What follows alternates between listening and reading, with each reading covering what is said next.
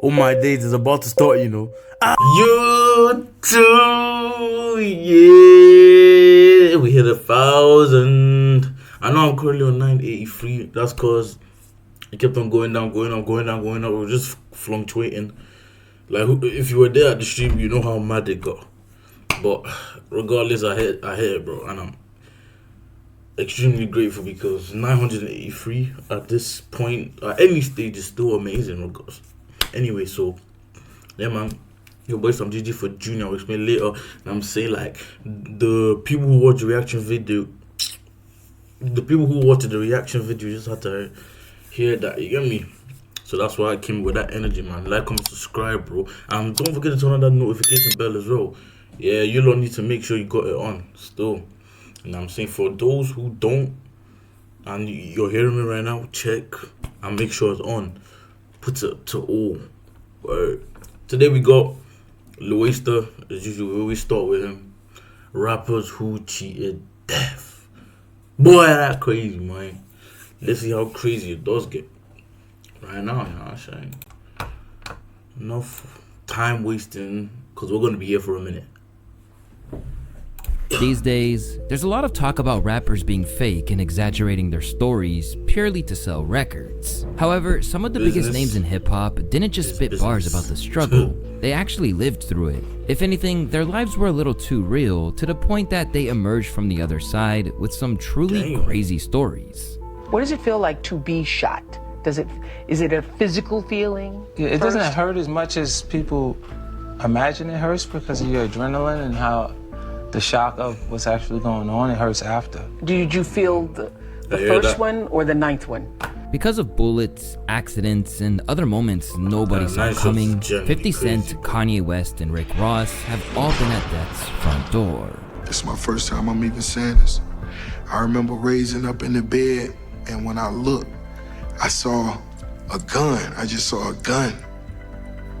And I said, damn. Yet, even though these rappers are lucky to be alive, others were left with life-changing deformities that hindered their ability to do what they love. Has that been kind of a strange crossroads to be at for these past decades, both sort of being grateful that you survived that accident and also feeling maybe at times like cursed that you lost this instrument? Bro, I was I just got to the grateful part. You know what I mean? Yeah. Those 3 years was in hell. It was really a beast. Essentially, these stories aren't just about near-death experiences. They're about resilience, luck, and a hunger that nothing could kill. How I know I had mental health problems was I pulled the trigger. You actually pulled the trigger? Yeah, I pulled the trigger. Where'd you shoot? In my chest. It's your boy Louaista, and this is the rap game's miracle list. Yo, so let's dive into the wildest stories of rappers who are simply lucky to be alive. In the year 2000, a 24-year-old 50 Cent was shot 9 times in the arms, both legs, hip, hand, left cheek, and chest. Do you think you're dead at that point when you take 9 bullets? Do you go, oh, this is it, I'm checking out? Well, you know, it's a life-threatening situation. It's just not. I've seen people going to the hospital under circumstances that were way less intense and not come out. Yeah, it's a miracle you live. Back then, Curtis Jackson wasn't the all-conquering king and worst enemy that you could possibly have that he is viewed as today. Instead, he was a rapper on the come-up, attempting to put his days of hustling on the corner behind him to create a better life. But from the outset of his rap career, it was clear that peace was going to be hard to come by for someone as hard-headed as him. In fact, his beef with Ja Rule and Murder Inc. dates all the way back to 1999, long before he signed with Shady and Aftermath to begin his run at the top. Now let's get down with a little controversy right now. What's up with this 50 Cent shit? Alright, it's simple and plain. He's on my and shit. Over the course of his early years, 50 didn't exactly avoid putting a target on his back. Oh, and yes, it is cold. That's why I got this blanket on me. Cause goddamn. With the track How to Rob, 50 talks about the exact way that he'd stick up every big artist in the industry, including Diddy, Jay-Z, Joe Budden, Big Pun, and Mace. To date, some of those guys still have a lot of animosity towards 50. Yet, on the night of the shooting in the heart of Jamaica, Queens, New York, all of that petty rap beef paled in comparison to the life-threatening danger he wound up in. At the time, 50 Cent was relentless in his pursuit of success. He slowly built up momentum with his mixtape. Bro, I like how this guy was still the same brother even after getting shot. Obviously, probably, you know what I'm saying, a bit wiser, more, you know what I'm saying, woke, aware, cautious, a bit of paranoia, but like, it was still 50 Cent, bro. Terrorizing, you know what I'm saying, ain't taking nothing from nobody. The power of the dollar, or Guess Who's Back, different. which established a name for himself within the industry and landed him a deal with Columbia Records. Yet, with his dreams just out of reach, fate took a brutal turn one day when he was gunned down outside of his grandmother's house. Exactly, the place Right behind me is my grandmother's home. I came out like 12 o'clock in the afternoon, May 24th. She was bent over, actually planting flowers in the garden, and I walked over here to sit in the actual vehicle that my friend was waiting for me in, and the car pulled up. On the side of us, a guy got out the passenger seat of that car, came around behind it, and shot through the actual car. What does it feel like to be shot? Is it a physical feeling? Yeah, it doesn't hurt as much as people imagine it hurts because of your adrenaline and how the shock of what's actually going on. It hurts after. Did you feel the first one or the ninth one? I don't even know. I didn't know my legs were broke. Really? When I tried to get out the car at the hospital, both of my legs were broke. Like I broke in 3 places on this side and then. Where were you shot? In my hands, my legs several times, like 5 times in my hands, and then in my legs, and then in my face. As the shooter sped away, 50 was left gravely. Bro, who's watching Get Rich or Die Trying, like the movie? Bro, like, the guy had the strap pointed at his head, and then something happened that made him, you know what I'm saying, miss, and then ended up shooting his jaw off. Bro, that's crazy. I don't even know if that's what actually happened, but it probably was. But like, damn, 50 could have actually died. Like, he could have actually, you know what I'm saying, received one to the head, like the brain, the noggin. Wounded. But even though it'd be a long road back to health, and Columbia Records dropped him in the aftermath of the shooting, the gruesome incident did help to make him into the phenomenon he is today. For one thing, the bullet that perforated his cheek resulted in the distinctive slur that you hear on his iconic tracks. Beyond that, the street cred of living to tell the tale after being shot 9 times certainly didn't hurt to create the mythology around his rise to fame. Even though he knew he was lucky to be alive, this attempt on his life made 50 become even more aggressive. Coincidentally, 50 Cent's alleged shooter, Daryl Hamilbaum, was killed just 3 weeks after the attack took place. And as 50 later rapped on Many Men, he made it clear that while they both were shot, only one of them was still breathing. With the alleged gunman gone, the only major person that went to prison for this assassination attempt was Kenneth McGriff, founder and head of the Supreme Team drug trafficking gang. Later down the line, federal investigators accused McGriff of hiring Daryl Baum to murder 50 Cent, while it was also revealed that the shooter was a close friend to the boxer Mike Tyson. Courtesy of all this evidence, most people generally believe that the shooting was a retaliation for 50 Cent's mention of real street activities in his song Ghetto Quran, possibly angering the Supreme Team leader. On the song, 50 raps. Yo, when you hear talk of the South Side, you hear talk of the team. You niggas fear Prince and respected Preem. For all you slow mother, I'ma break it down illa. Supreme was the businessman and Prince was the killer. This section of the track clearly mentions the role Supreme and his nephew, Gerald Prince Miller, played in a large crack dealing organization from the 1980s, known simply as the Supreme Team. Due to his own time out on the corner, 50 also derailed the inner workings of the drug game even further when he rapped. Had the whole projects working for 50 or 500 as a youth.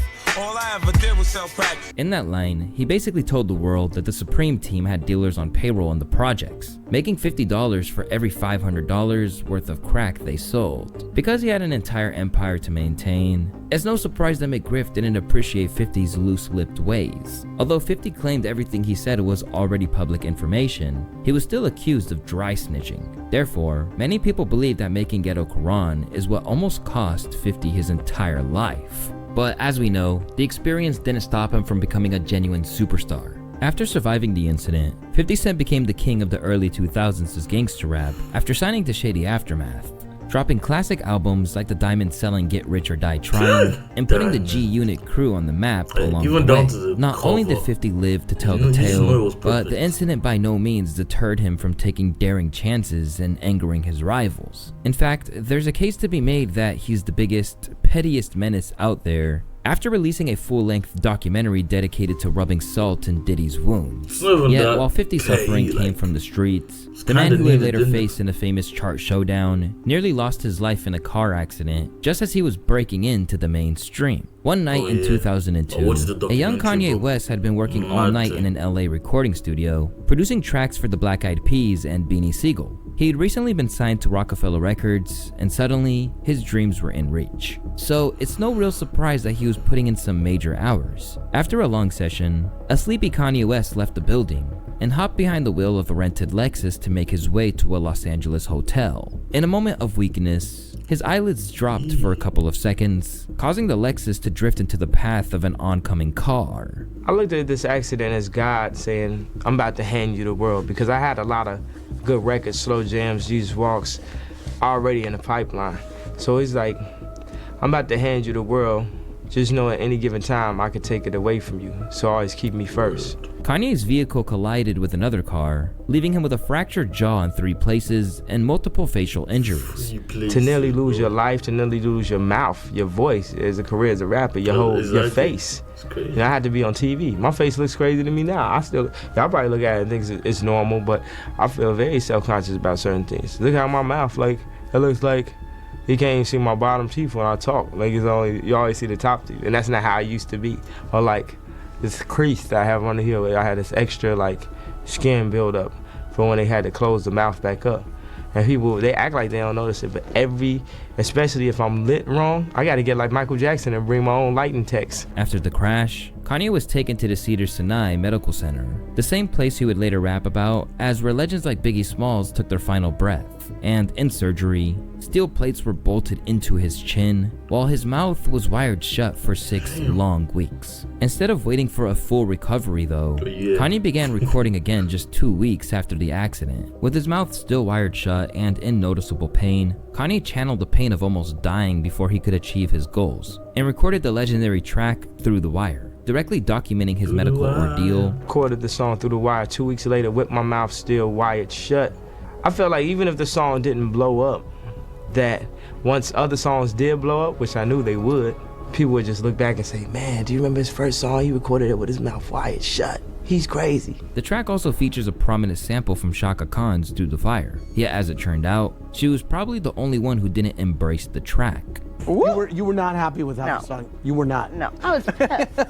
I'm not insulting. I thought it was stupid. Right. Regardless of how she felt, the song was a massive success and helped pave the way for the Hall of Fame worthy career that he's achieved. The lead single from his landmark album, The College Dropout, the song reached the top 20 on the Billboard charts and was nominated for a Grammy Award. So, in a way, you could argue that this life-threatening incident really helped to spur on his success. But I have to just thank God for the situation that I'm in. You know, it's like we turned the worst thing into the best thing. Through the Wire, it seemed like it was the worst thing that could have possibly happened to me, and now it's obviously the best thing. Look how it exploded, and it made people care. It made people realize that I was a human being. Although it all panned out well for him. Bro, the title has so many like entendres, bro. Like Through the Wire could mean like through the wire, and it could also mean like cause his mouth was wired shut. And I'm saying he broke through the wire to record the song. Word! That makes sense, let me know. Kanye wasn't the only rapper to have almost lost their life due to falling asleep behind the wheel. And rather than it being the catalyst for huge success, it spelled the end for this G-Funk legend's mainstream prominence. A Dallas-born rapper and songwriter, the DOC was on the top of the world in 1989. He had just been recruited to Los Angeles by Dr. Dre to become part of the creative force behind NWA as they continued to serve as the kings of West Coast rap. In August of that year, he got his own moment in the spotlight when he released his first solo album, No One Can Do It Better, through Eazy-E's Ruthless Records. What's up? I'm here looking for a new act, man. Hey, man, who is this? It's the DOC. Yeah, we looking for new acts, man, but let me tell you something, man. We're looking for somebody that's funky. The DOC's dope. Let's go find him. Yeah. So even though he was never integrated into the world's most dangerous group, the DOC was set to become a star. Because where Dre had the beats, DOC had the rhymes. He shows up on my doorstep with these two guys called Doc and Dre. Doc was the storyteller. DOC was the guy that came up with those great stories. He was probably the single most influential person in gangster rap. From his first platinum-selling album alone, he had hits like It's Funky Enough, DOC and the Doctor, and The Formula. Besides, you could tell how much people truly believed in him by how often you saw Eazy-E and Dre making cameos in his music videos. Even other artists that came after the DOC like Nelly spoke extremely highly of him, inspired in his own right by his hybrid style between singing and rapping. A lot of people got their own opinions about hip-hop, but the biggest what if in hip-hop has to be the DOC. It has to be. The DOC has to be the biggest what if in hip-hop history. Like, if you know anything about hip-hop and you research it, I understand that all my young niggas, I love that. I love all my young niggas. I don't knock y'all. I support all my young brothers. Like, but the biggest what if in hip-hop has to be DOC. If you didn't catch it, Nelly calls him the biggest what if in hip-hop. Because sadly, the DOC only got a chance to make one album before a tragedy struck that permanently altered his career path.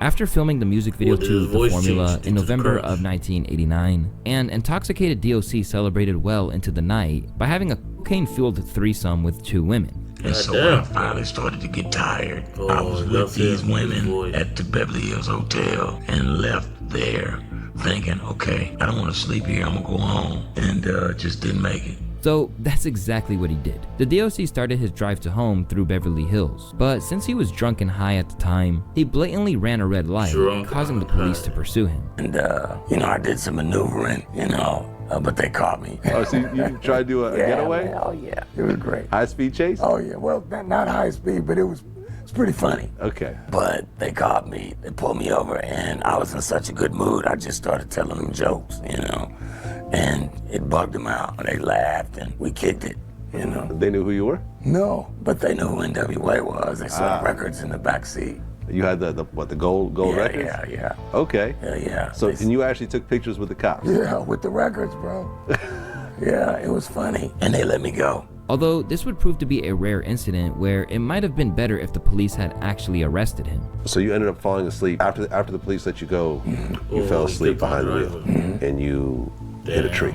Yeah, actually, I hit the center divider and flew out of the back window of the car and ended up in a tree. Yeah. I had read that your teeth were actually in the tree. In the tree, they had to pull your teeth out of the actual tree. I don't know if they pulled them out or not, bro, but that's what I heard. The teeth were in the tree, and when I woke up, I didn't have any, so they had to be somewhere. Okay. With a promising rap career just out of his reach, the DOC fell asleep at the wheel while speeding down the 101 highway. His car crashed into the center divider, and he woke up in the hospital without his teeth. But it only got worse, because suddenly, a man whose career was linked to his ability to perform was told that he had suffered permanent damage to his vocal cords. Now, were your vocal cords damaged in that accident, or were they damaged in the hospital afterwards? They were actually damaged, and this I didn't find out too much later. Yeah. They were actually damaged in the hospital afterwards. Okay. And that damage was multiplied by actions that I took trying to expedite the healing process.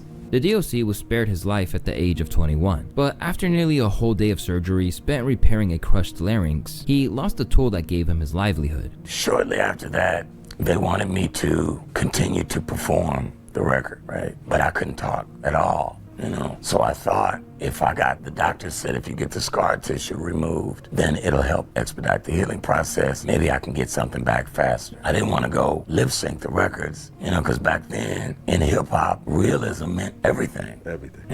So I just didn't have the wherewithal to pull it off mentally. So I went and had the operation, and I found this out many years later, that the doctor that removed that scar tissue removed too much, and so it was never even possible for it to ever heal like it once was. That dream was dead after that point. Instead of being on the front lines, DOC's accident meant that he had to play the background and work as a songwriter within Dre's camp. At times, his unfulfilled ambitions even put him at odds with the man he helped write iconic projects like The Chronic and 2001 for. The wreck for me was in '89, you know, I was actually ashamed to go home, and so I just stayed on the West Coast and tried to figure out how I could get back to the day before the wreck, and that was a pretty vicious cycle that I stayed on for about 4 or 5 years. You know, it was tough. I just didn't realize at the time that moving forward, G.O.D. had a different plan. Being in that state of mind, it made me grow closer to Dre and trying to help give him and guys like Snoopy. If I couldn't have it, then they were gonna have it. Dre is probably the only person that's ever said this to me. And if you know Dre and my relationship, it's probably as brutal and honest as you can get. And Dre says you should never rap again. You know, he says they think you the king, and right now you should go out like that. And I just couldn't accept that. You know, it just wasn't in my DNA. I couldn't do it. So whenever I wrote raps, I would always put my name in his raps because I'm trying to live. I need to live. Yeah. And that would piss him off. Why you keep putting my name in your name in my song, Nick? And, you know, because if I don't, that's the only way I can get in frame. If you pull me in frame, and if I don't put me there, you're not gonna put me there. You know, so you know. But that was my feeble attempt at trying to grab it for myself. Aside from projects like Helter Skelter and 2003's Deuce, with guest appearances from West Coast icons like Snoop, Ice Cube, and MC Ren, the DOC has mostly accepted that his damaged vocal cords meant his music would never sound the same again. And unfortunately, the now 54-year-old rapper has often grappled with feeling grateful for surviving, while also feeling burdened by the lasting effects of the crash, which left him with a noticeably deep and gravelly voice. Has that been kind of a strange crossroads to be at for these past decades, both sort of being grateful that you survived that accident and also feeling maybe at times like cursed that you lost this instrument? Bro, I was I just got to the grateful part. You know what I mean? Yeah. Those 3 years was fucking hell. It was really a beast. You know, I did every foul thing that you could do to yourself. I think try to get out of here because that pain was tough. Although I really enjoyed making music with all the people that I made music with. I really enjoyed the success. And although it might have looked like I was having a great time, I was really in a bad place. You know, the sunken place, if you will. It was tough. But that was a path that I had to walk for me to be this man that I am today. Thankfully, the DOC was smart and mature enough to learn his lesson after his near-death experience. But while some rappers actually learned from their close calls, one West Coast artist proved that not everyone grows up in time. Before we jump into the next story, I gotta talk to y'all real quick about today's sponsor. Then after 20 minutes, convince who's actually even have extremely /Louaista.com/L sponsoring today's video. Now, who is famous for his regular appearances on No Jumper and being down to squabble anybody over his crippin', took things too far during 4th of July. Over the years, 4Extra has proven himself to be the kind of person to act first and think second. But what's worse is that by being a rapper plus having access to a platform like No Jumper, 4Extra is able to monetize his stupidity. For instance, when he almost fought his internet rival 607 Unk for disrespecting his gang, the incident on No Jumper got more views for him than his music ever has. Shit over. I'm not playing. It's like I came here today. Yeah, I saw that. And I went straight up on you. Come on, gang. On 40 Crip, nigga. Cut that part out. Can we cut that part out? About what happened? No. Can we talk about that? What do you mean what happened? We just talked about it. What do you mean what happened? You was scared, you was running. I was standing right there. I walked all to the middle of them. Tell them about that. When they walked in, I walked to the middle of all of them. 607 They kept on telling me 40s. I said, what the f that mean? Right? They all saying 40s. Slow down. First of all, what it mean. First of all, say what the f that mean. No, I don't mean it like that. You see what I'm saying? I can't say nothing. Don't do that, cuz. Don't say what see what I'm saying? I didn't know what that. See what I'm saying?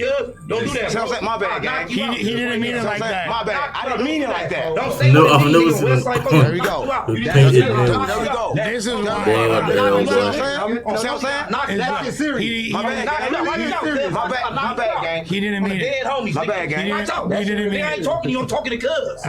People like watching an active train wreck. So when he almost fought Orlando Brown for calling him a blood, the views on this podcast definitely ensured his spot on the No Jumper network for months to come. careful, man. You came to the crib and then you know me more than I know you. So I met you and you was like, oh, I know you. And I was like, I was like, was he at the crib or was you? I don't know, was he there or not? You tell me how you know. Or yo, first of all, what the hell is this trim? Bro! It look like Catwoman at the back of his head, bro. What? And I like how he always starts laughing, having a good time, and then mood switch. Orlando Brown, blood. First off, I'm not your blood, nigga. I'm a Crip. But unfortunately for 4Extra, his humbling would come in a devastating way when, on the 4th of July, he took his over-the-top antics too far. The day began with 4Extra posting an aggressive IG story where he claimed that he would be blowing someone up with fireworks later on. I knew it was gonna be fireworks. 4th of July, what else? I wanna get blown up today. The back, I'm blowing up. Start playing CDs. I'm throwing them in your house. I'm throwing them at you. Vernon Avenue, the back.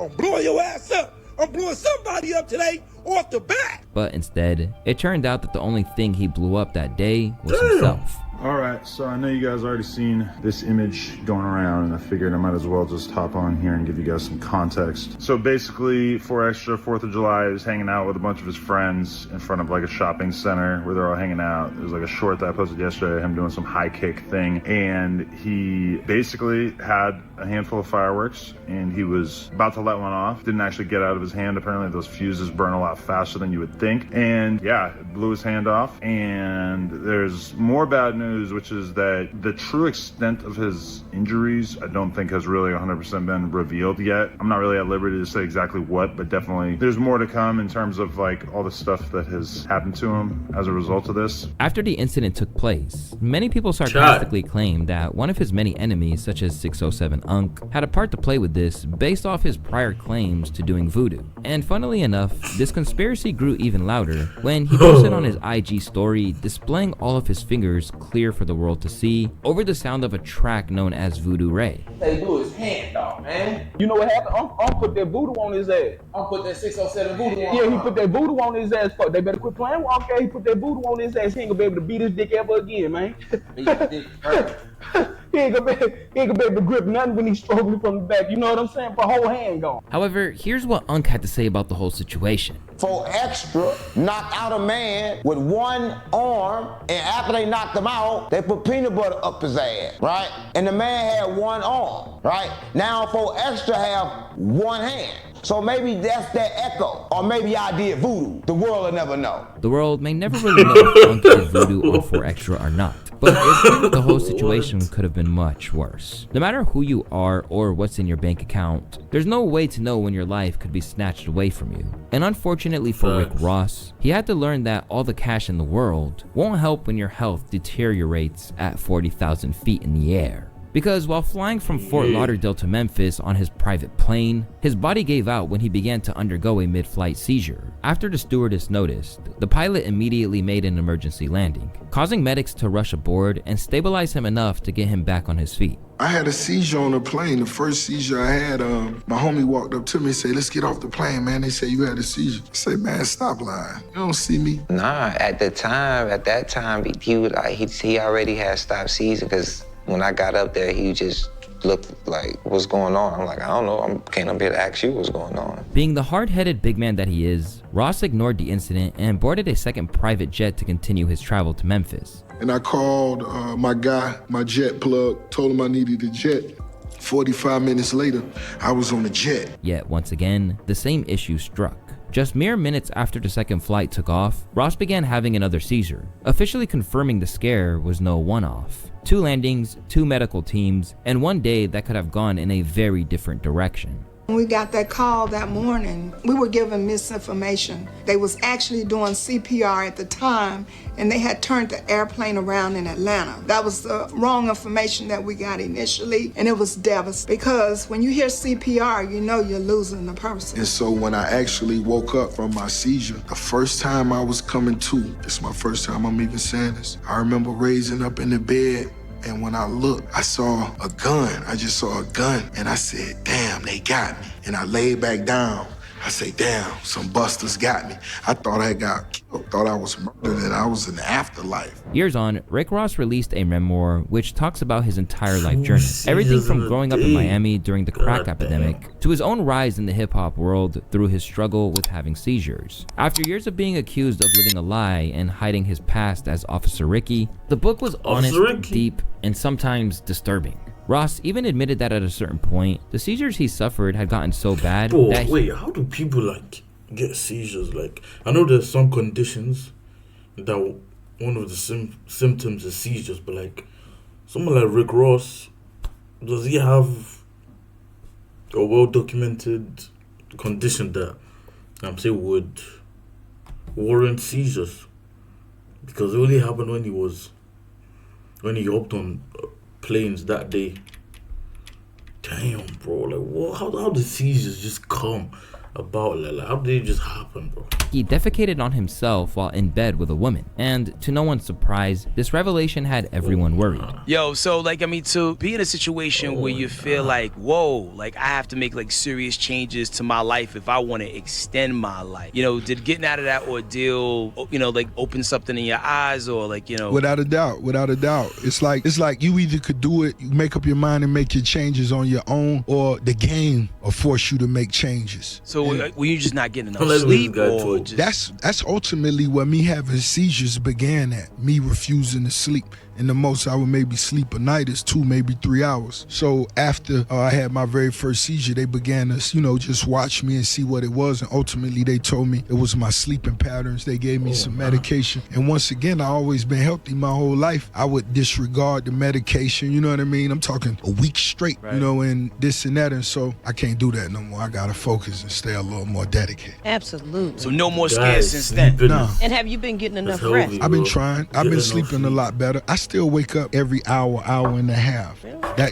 But I get back in bed now. Okay. Before I would walk, look out the window, smoke something, listen to something, play something, think of something. You know, it's always something you could do. Rick Ross is lucky to be alive, so it's good that he stopped being hard-headed and decided to finally start taking his health seriously. Because unfortunately, that determination to push through can be your downfall. In 2016, Vic Mensa wanted to get into Chicago's Lollapalooza festival so badly that he made a reckless choice. He had already snuck into the first day with no problem, caught a dope J. Cole set, and now he decided to do it again. There was a Spanish foreign exchange student. I was madly in love with her, you know, for a short period of time. Okay. And long story short, I sent her in the festival. She had tickets to the festival. I had taken her away from the festival. I was bringing her back, and I sent her in. I told her, I'll meet you in 20 minutes. Like, it's gonna be a breeze. I'm gonna jump over this gate like I did yesterday, and it wasn't that easy. However, sneaking back in for another day would be much more difficult. I was trying to get in, and they had upped the security from the day before.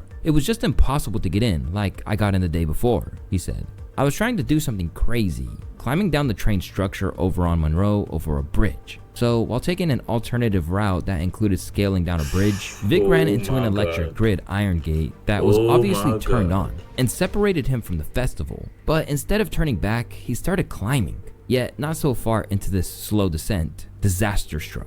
And I was kind of like in a messed up state of mind because I had just found out one of my homies passed. Okay. So I just tried to do the most, and I tried to climb off this bridge and down this like grid iron structure that carries the power for the train, and I touched a transformer in my forearm. 15,000 volts went through and blew out my elbow. So you got that tattoo of danger? Yes. 15,000 volts right there. And I fell off the bridge, and then it was... After being electrocuted, Vic fell 30 feet from the ground and almost broke his neck. 9 times out of 10, this would have resulted in someone's death. But in all honesty, this near-death experience was completely avoidable if he'd just been a little more sensible. Ultimately, Vic's taste of chaos is nothing compared to how this Houston rap legend was moving back in his heyday. Back in 1991, Bushwick Bill, the 3/8 member of the Ghetto Boys, one of hip-hop's most unforgettable groups, nearly lost everything in one reckless, tragic moment that would follow him for the rest of his life. During the rise of the rap group Ghetto Boys, which of course included him, Scarface, and Willie D, Bill was always known for being a little eccentric. Bill could get a job done, and like if he had something major to do, he'd get it done. But then after he get it done, you know, it's just something starts going on. Some stuff just starts happening. But it wasn't all bad, as this unhinged energy is part of what made Bill such a great musician. However, one day in 1991, Bushwick Bill went too far, even for his own standards. So I was trying to find a way to, you know, have something happen to me so that way my mom could get the money. Even though Bill was getting fame and notoriety, he always hated the fact that his mom was still struggling. So after a wild night out at the club, where he was already incredibly drunk off Everclear grain alcohol, Bill came home and noticed that there was weed left out on the table. So I rolled it up in the Philly, and then all of a sudden, I get this idea. Now drunk and high out of his mind, Bill came up with a plan to stop his mom from struggling anymore. He decided that it would be best for his girlfriend to shoot and kill him so that his mom would get life insurance money and he didn't have to be alive anymore. When I came home, my girl was asleep, so I woke her up and told her to because I wanted to die. I was tired of my life. She said she didn't want to shoot me, so I shot at her and my 3-month-old baby first. Then I tried to beat her head in with a vacuum cleaner, but I missed. Then I gave her the gun and jumped at her, and when I see her hand reach the trigger, I put my eye in front of it. Bushwick Bill made his own girlfriend shoot himself in the eye. Immediately after the shooting, Bill was actually pronounced dead and sent to the hospital morgue first, where he later regained consciousness. Bushwick Bill, is it true you're one of the only people in the entire world, if not the only person, to have a birth certificate and a death certificate? Yeah, when I lost my eye, I died on June 19th, 1991 at approximately 4:35, and I didn't come to until in the morgue after 7 o'clock. So after waking up and scaring the crap out of all the doctors, Bill was then rushed to the main hospital where Scarface and Willie D also joined him. Nah, imagine actually being there though, cause like that is mental. Imagine pronouncing someone dead and then they just jump out wherever they were before they get buried. Oh nah, yo, the guys will start thinking of all the movies they watched actually being real. He had finished the album and, you know, get a call, Bill got shot. Damn, Go to the hospital immediately in my mind. This is my cowboy western days, mind you. I'm thinking revenge. Like, I don't care who shot him, you know, like, let's get him. So I get to the hospital, I go into the room, and Bill is laying there, and he's dazed, but he's conscious. And he's like, well, don't hurt her. I made her do it. So that's crazy. Your Bushwick Bill impression is wrong. I know, it's so wrong. So good, I don't know. So that was that. You know, I checked on him. He was good. He's gonna survive. He lost his eye. Once they found out Billy's life was no longer in serious danger, Ghetto Boys' management decided that it would be perfect to document this raw moment and use it as a cover for an album they finished recording entitled We Can't Be Stopped. However, in order to get this hallway shot, they had to take the IVs out of Bill's arm and the eye patch off of his eye, ultimately turning an event that led to his temporary declaration of death into one of the most authentic moments captured in rap history. In 1991, the Ghetto Boys released We Can't Be Stopped, with the iconic image of Bushwick Bill being wheeled through Houston's Southwest Memorial Hospital after being shot in the eye. That album cover. Yeah. Jesus Christ. When you see Bushwick Bill with a patch over his eye in the hospital gurney, and you guys are rolling with him behind, and that's the album cover. Look at that. Yeah. I mean, come on. That is classic. Yeah. That is a classic album cover. I mean, can't be stopped. Historic. And Bushwick's on the old school cell phone. The brick. And that's done. That was done like totally spontaneously. You know? Wow. Like it was totally unplanned because we had finished the album. And then Bushwick gets shot. And this would happen a lot with Bill. Like, although this album cover was a powerful statement, it actually caused division among the crew. Bill later admitted how he felt regret seeing his personal trauma sold as a spectacle. It still hurts me to look at that cover because that was a personal thing I went through. I still feel the pain from the fact that I got a bullet in my brain. I think it was pretty wrong to do it, even though I went along with the program at first. And despite making a full recovery, what finally caught up to Bill wasn't violence or drug addiction, but cancer. In early 2019, Bill publicly revealed he'd been diagnosed with stage 4 pancreatic cancer. At first, he kept it quiet, but eventually told fans and his group mates, hoping that maybe a farewell tour could celebrate his legacy and raise awareness for others fighting the same battle. But while he tried to continue making music and showing up for his fans, everyone could tell that his health was rapidly declining. So at the age of 52, Bushwick Bill was hospitalized. Call every media mother and I'll let you know. How does somebody have pneumonia in their lungs, wake up, can't breathe, to a call button that don't work, but they calling security on you because you're demanding the right service in a hospital? And during his stay there, Bill often took to social media to complain about the way he was being treated. But unfortunately, his stay didn't last long because on June 9th, 2019, Bushwick Bill passed away peacefully, surrounded by loved ones in Colorado. Even though Willie D performed with Bill during the reunion tour, they never really liked each other, and what you saw on stage was all for show. Bill's erratic personality caused the friction to get so serious that Will didn't even attend Bill's funeral after he passed away. You and Bill had your differences. You had a lot of success together. He was an important part of the Ghetto Boys. But, you also had a lot of bad moments with him. His funeral hasn't happened yet. Are you planning on attending the funeral? No. You're not. Is Scarface planning on attending? I don't know. Why are you choosing not to attend? See, when somebody have a funeral, man, it's like this. I feel like it's disingenuous for somebody to come to your funeral who you don't like. Bill didn't like me. I ain't like Bill.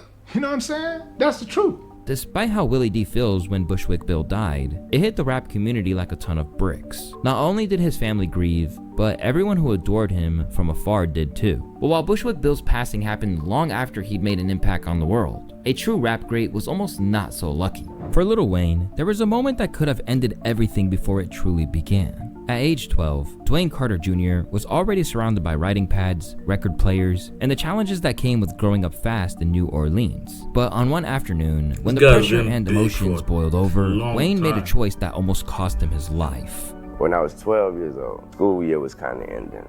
So what the school was doing was they was giving us half days on a Thursday and a Friday. It may have been a Wednesday as well, but what I would do was just tell my mom that I only had a half a day on one of those days. So therefore but what I would do.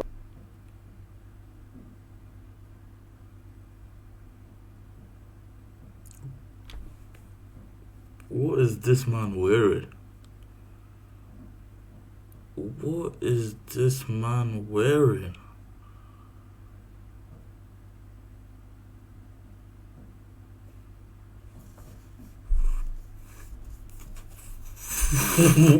What?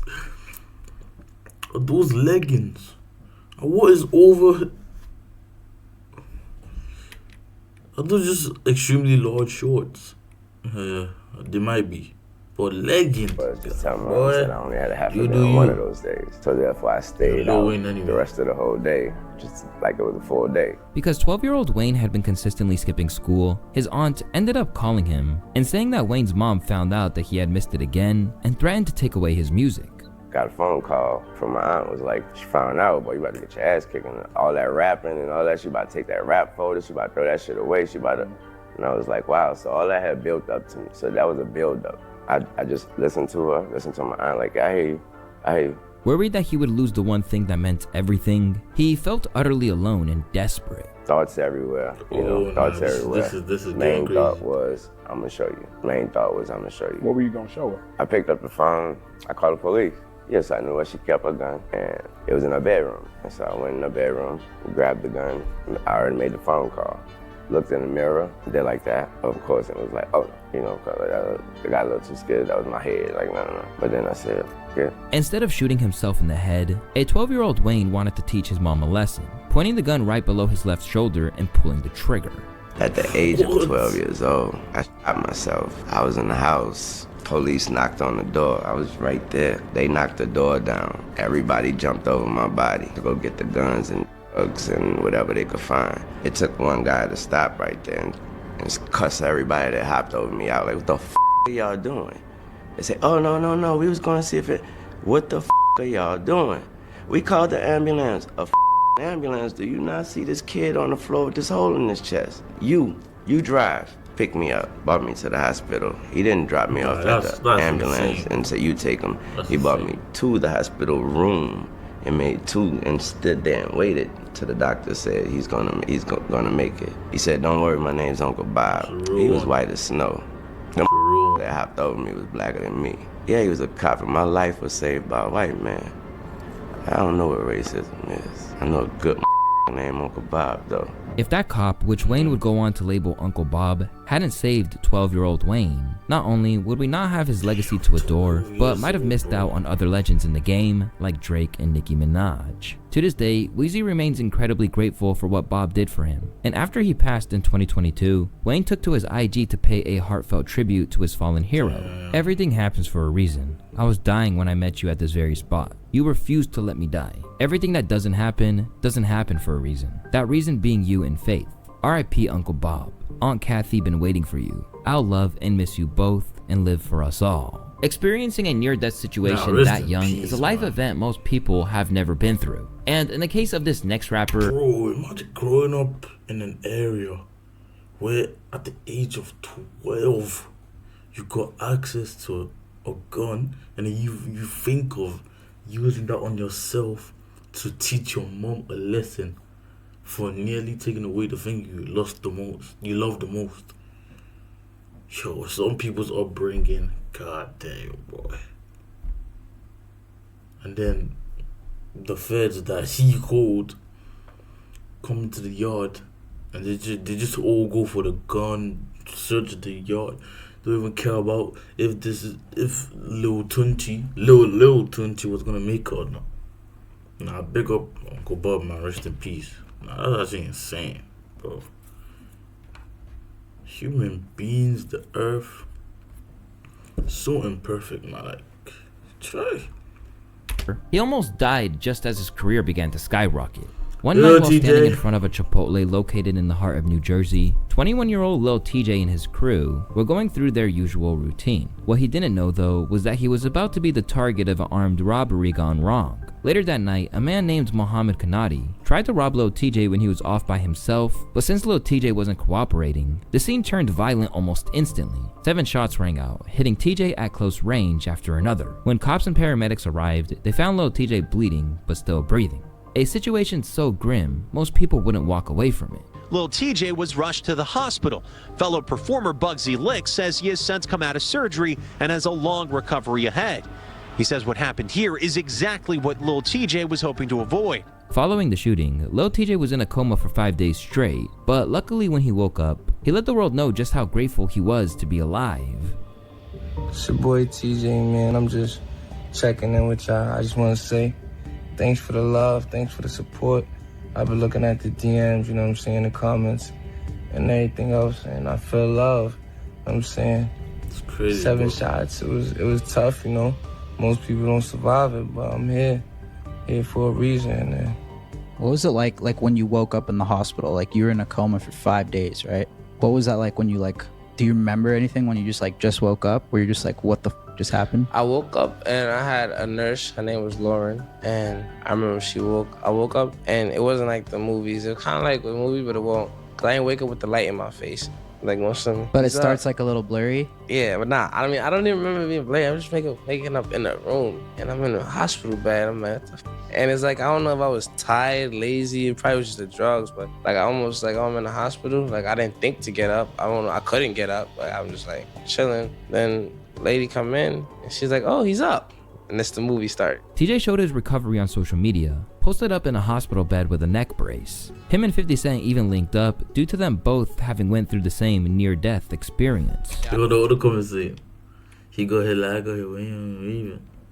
No one should like him, yeah, whatever my man said. I spoke to 50 Cent. We was chilling, talking and stuff like that. Both from New York as well, different generations. Miracle. I got shot 7 times, all upper body, about a year ago, and I'm fine. Lil TJ's comeback from 7 gunshots is one of the raw examples where life in hip-hop throws out a challenge and the artist answers with resilience. And just like 50 Cent, TJ took a near-death situation and used it as fuel, recording the song Beat the Odds while in the hospital recovering. The track and music video featured TJ rapping from his hospital bed wearing a neck brace, while he delivered lyrics about survival, resilience, and his gratitude for a second chance at life. Let's hope he'll start using it more productively soon, rather than beefing with Kai Cenat. But weirdly enough, not every close call in this industry comes from violence or street chaos. Sometimes the fight happens behind closed doors. At a Red Lobster restaurant somewhere in Virginia, a 14-year-old Timbaland was working as a dishwasher, and one day, his coworker who had a gun was actually leaving to go fight his friend. Yet before leaving, he showed the gun to Timbaland. But you know how we young, and my homeboy had a gun. He said, "Yo, I'm gonna get your boy. I'm gonna get your boy." Wait till this is the craziest thing. It's like a promo for a fight in high school. Right. Kids like, wait till the football game, I'm gonna get you. Right. You could have been for it 2 days early. Right. They waited, they built this up. So my homeboy grabbed a revolver and he was putting it up in the bag. He said, wait till the next game. Yet before Timbo could know what hit him, the gun accidentally discharged. I said, man, and I would turn around and clock out, and I turned around, pow, and I walked off. And I thought my arm was on the ground. Right. And I said, where my arm at? Where my arm at? I said, where my arm? Where my arm? And what happened, my whole nerve this side got paralyzed. It was paralyzed for like about a year, 2 years. Right. And I had to go to therapy, but I was like, the only thing I was thinking about, I'm a DJ. And while this situation was indeed horrible, the real-life threatening event that took place happened more than 15 years later due to the bullet that was never removed still being lodged into his neck. To manage the nerve damage from the gunshot wound, Timbaland started taking medication. But the problem was that the painkillers he was taking were working too well, and he started taking more and more of them to not feel any pain. It's one of those things that it takes... Bro, it's mad how easily people get addicted to stuff like painkillers, bro. It's like how do you know, it's like something that takes over your body because it feels, I don't want to say this, I want to glorify it, but it feels amazing. It makes you feel, some people, for me, it may feel like a superhero. Things that I was maybe had self-confidence about, it gave me confidence. How soon, okay, in the beginning you were taking it for pain management. When did you realize that you were taking it for some other reason, that it was for the high, not for the pain treatment? A friend of mine sent me a text and said, we need to get you some help. And I just kept looking at the text and I never responded to it. And I was like, maybe I do need help. Maybe I am just taking it for the rush. How many pills were you taking a day? Well, Vicodin, that was too weak for me at one point. I was like, I need something stronger. So I went to Oxycontin and I was taking 180 a day. 180 milligrams or 180 pills? 180 milligrams. Milligrams. Oh my God. 180. Like 80. Forgive me, because my mind is just blown by the 180. I'm like, wait a minute. How? No, it was 180 milligrams is how many pills? That's 2 pills, but I was taking it like 4 times a day. The pills helped him block out the noise of his life, and he would often sleep all day. The pills make you function, but then sometimes like you would nod off if people were talking to you because it'll make you fall asleep, but it'll make you function because everything feels great. Everything is just, it could be a bad moment going on, but you don't, pill blocks all that out. It just blocks it out. And I thought that the pills was making me create, but as I went back and listened to some of my music, like, oh, this is not creation. And in 2017, at 45 years old, it all started to catch back up to him, and Timbaland revealed that he nearly died from an overdose at a certain point. I was on it I was taking like 160 milligrams a day of Oxycontin. Wow. And everybody that I know who done that has died, you know what I'm saying? So I think I even died, you know, at one point in time where I got out, I had an out-of-body experience where I was laying in the bed and I saw myself laying in the bed. Mm-hmm. And from that point on, you know, God has changed my mind. Throughout the years, his girlfriend also claimed that she was so concerned about his heavy drug use that she would put her hand by his nose to check if he was still breathing while he slept. Did the pill addiction impact your marriage? Did that have a role? I think it impacted my whole life. God took me to the bottom. When I got divorced, you know, divorce is like that thing, like a business. It destroys you. You lose everything. Half of everything. You lose everything. So for me, you know, it was a self-reflection for me.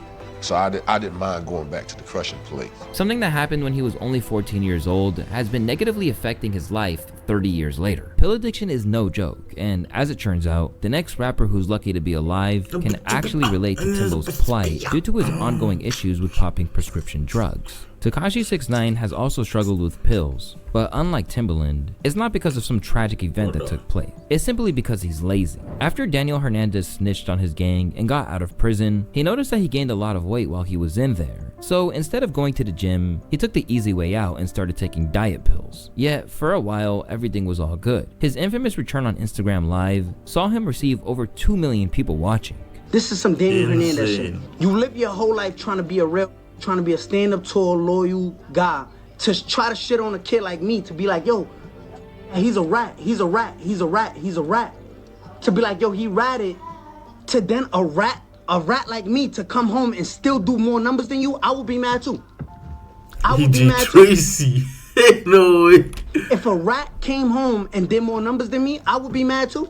I would. He then successfully got a #1 song with Nicki Minaj, and more importantly, he lost weight. When I got out of jail in April, I weighed 134 pounds. When I came home from jail, I weighed 134. Then I did house arrest, remember, because I came home during Corona pandemic. So I went up to 204 pounds in September. So I actually came home 134. I went up to 204 in September. In September till now, I came down to 146. What were you eating? What weren't you eating? You gained 70 pounds?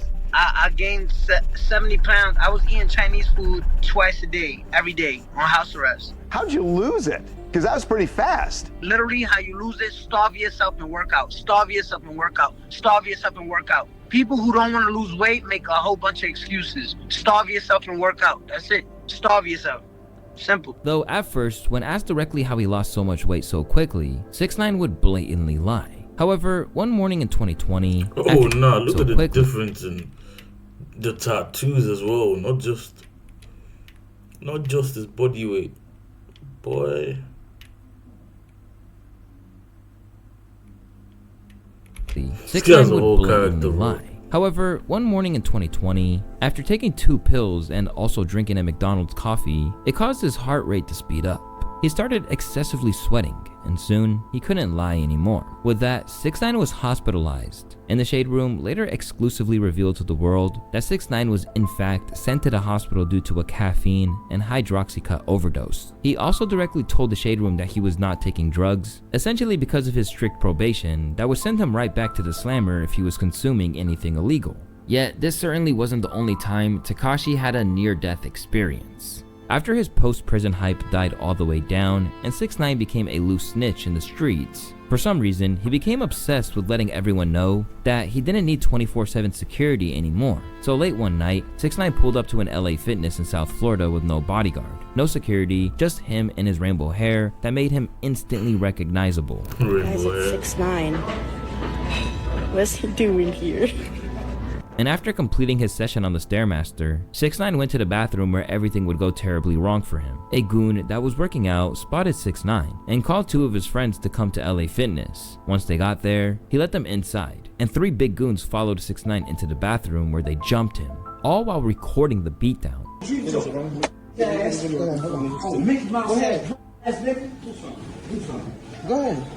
Take a picture. Go ahead. Take a picture. I want to be famous now. I want to be famous. Jump 6ix9ine, bro. Yo, homie, I'm not gonna lie, bro. I'm a fan, bro. No, I'm a fan. I'm just saying, bro. I'm a fan, bro. Through the assault, the 3 guys mocked him for being a snitch, and by the time staff showed up, the attackers had already left, leaving Tekashi walking around the gym aimlessly trying to figure out what just happened. 6ix9ine got his whoop. Police can't help you now, man. Sure can't help you now, man. Ultimately, his arrogance is what almost cost him his life on that day. 6ix9ine tried to prove to the world that he could snitch, come home, and still not need security. But on that very day in LA Fitness, he got humbled. So just like everyone else we've chronicled in this video, 6ix9ine is lucky to be alive. As always, it's your boy Louaista, and I want to thank y'all for watching today's video. I'll see y'all in the next one. Peace. Yeah, man. Yeah, man. That was a good video. Quite long. I feel like the long Louaista reaction videos usually do well still. So yeah, let's see how much this one does. But yeah, I love you lot. Thank you guys so much for 1,500, 900, 700, 800, 600, even 300, 400, bro. Whoa, we've been climbing so quickly. Like now I'm really building a community. Like I'm starting to build a community. So yeah, comment down on as many videos as you can. Let me know who you guys are. And you know what I'm saying, we just show love all the time, bro. And you lot will continue to receive entertainment. The takeover has begun. Like, comment, subscribe. I'm gone. And yeah, turn on the notification bell. Set it to all.